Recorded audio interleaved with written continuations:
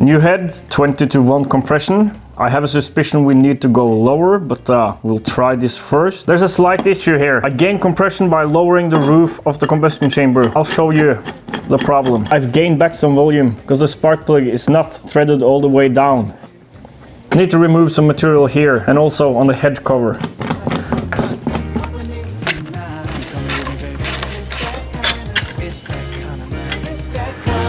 Not gonna press my luck, but I'm feeling lucky tonight. Yeah, don't care about your son, cause I like what's already inside. Cause it's that kind of night. Yeah. I skimmed 2 millimeters of this surface. That's about as deep as I can go before it starts hitting the piston. And I made a groove here and cut clearance around the boss. Groove is for that temperature sensor. Assemble.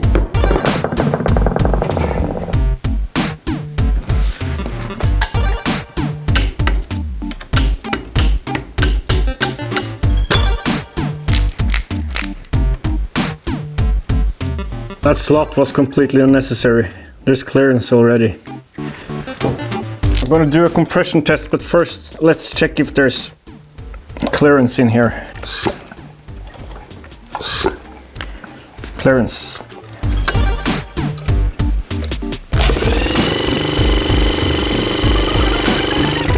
We're at around 140 psi. That's our reference pressure. I also gapped the plug to 0.4 millimeters. There's been a lot of comments about decreasing that gap, and I have a strong suspicion the ignition system is starting to have trouble igniting the mixture. More compression won't help.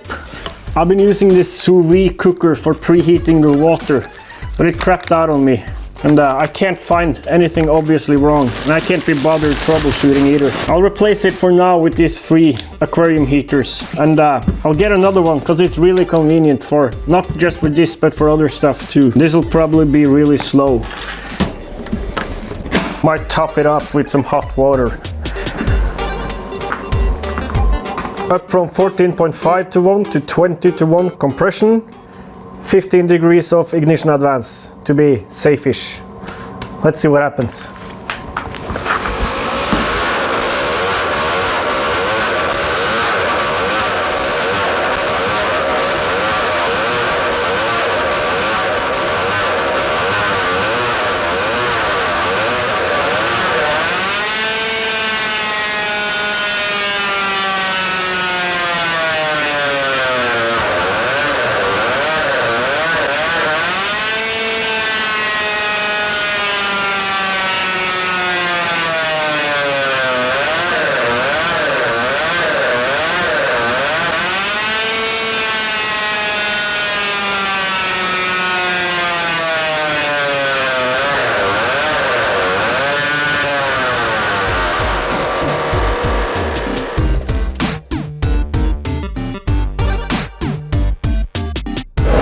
Degrees of ignition advance.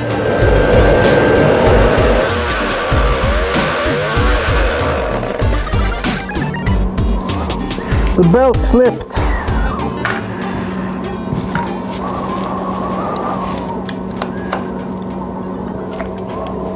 It's all that oil making the belt slippery. I'll clean it off with some acetone and we'll give it another go.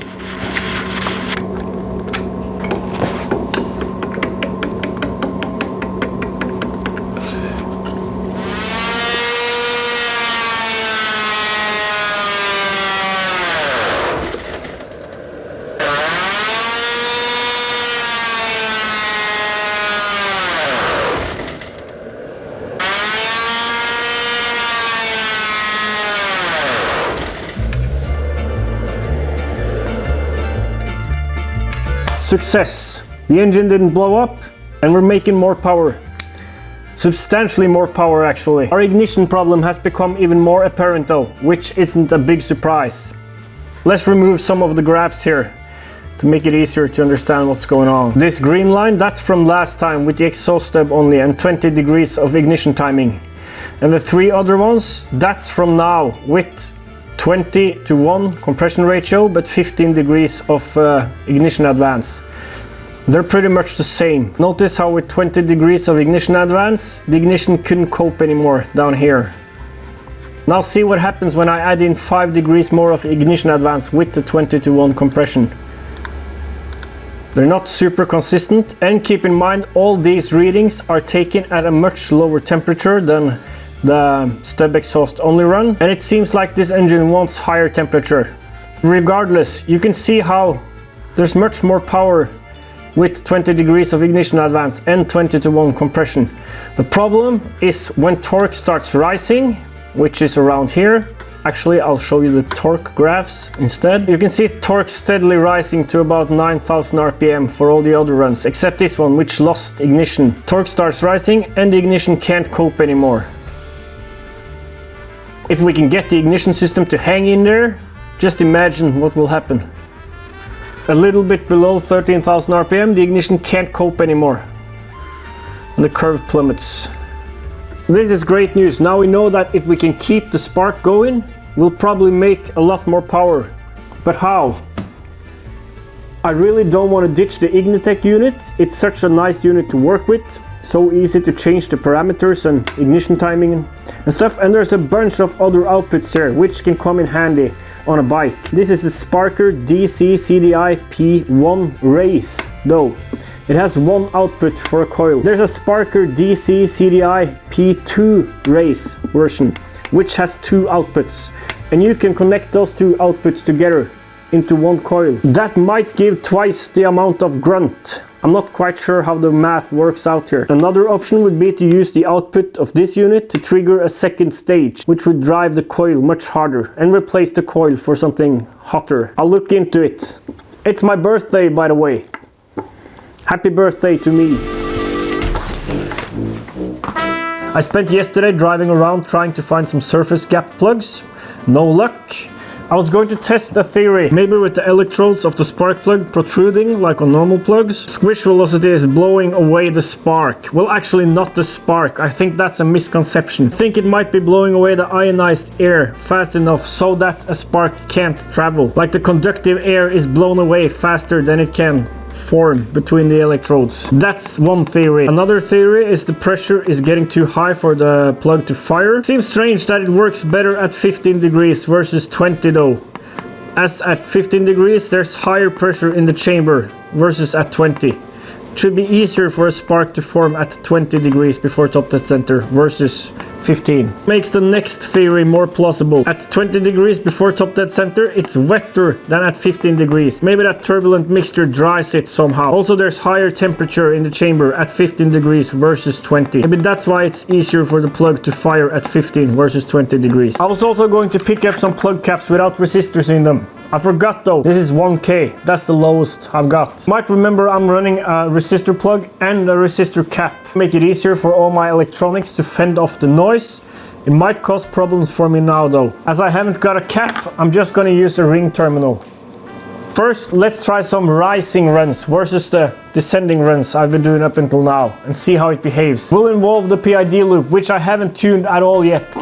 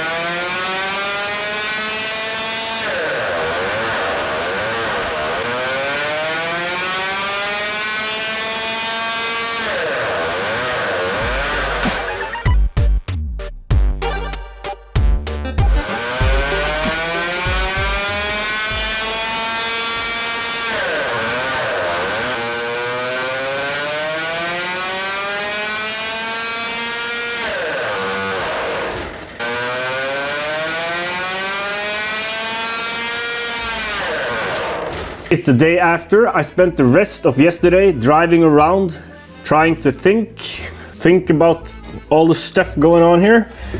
I'll show you the graphs first. As you can see, my attempt at PID control, that didn't go too well. You can see what was going on here. A bunch of oscillations. Did try adjusting the parameters a little bit. But I have a theory. For things to work with the load cell located at the engine, I'm pretending the retarder is spinning as fast as the engine itself. I think this is a problem for the PID loop. I think it overcorrects a bunch if I don't use really small values. As for the rising run, I've got some show notes here to make sure I remember all the stuff I was thinking about and was going to talk about. First of all, as several people have pointed out, there seems to be a difference between my readings at rising RPM versus my readings at dropping RPM. I still can't wrap my head around why that is. It just doesn't make sense to me. The weird graph you see here, that's RPM interference. I'm gonna fix that. I've ordered some octocouplers. Take RPM from the ignition unit itself and isolate it from this box. Avoid ground loops. I'll clean up the mess here and I'll show you what's going on.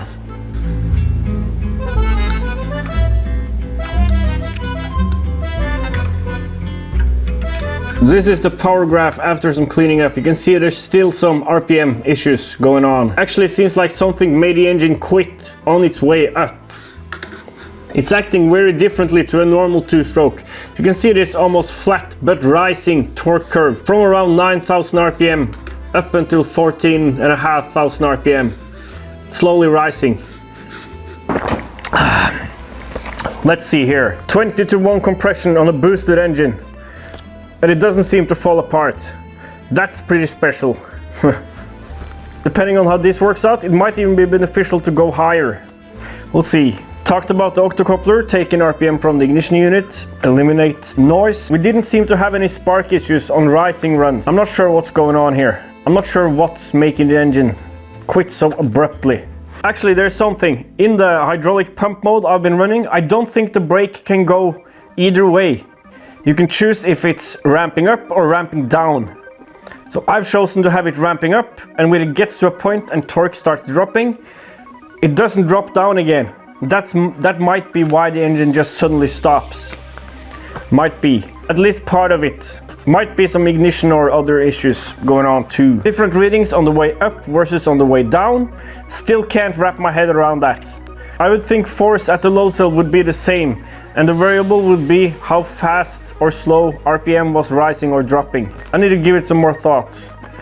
Thought we were going to get some conclusive results about spark not being sufficient. We haven't though. It seems like it's sparking fine. Spark plug looks just fine. It is on the hot side for this engine though. I can see the ground strap has it's changing colors almost all the way, and this is a 10 plug. Makes me think maybe a surface gap plug is necessary here to not have a melted ground strap on a longer run. Might need to use a lot lower PID numbers because of the 25-to-1 reduction versus RPM for the retarder. I'm wondering what's the limiting factor here. I still think it's blowdown. And blowdown is variable in this engine, which means more blowdown also means more intake. And there's lots of stuff that could be optimized, like the whole flow path is really convoluted and sharp edges and volume changes and stuff.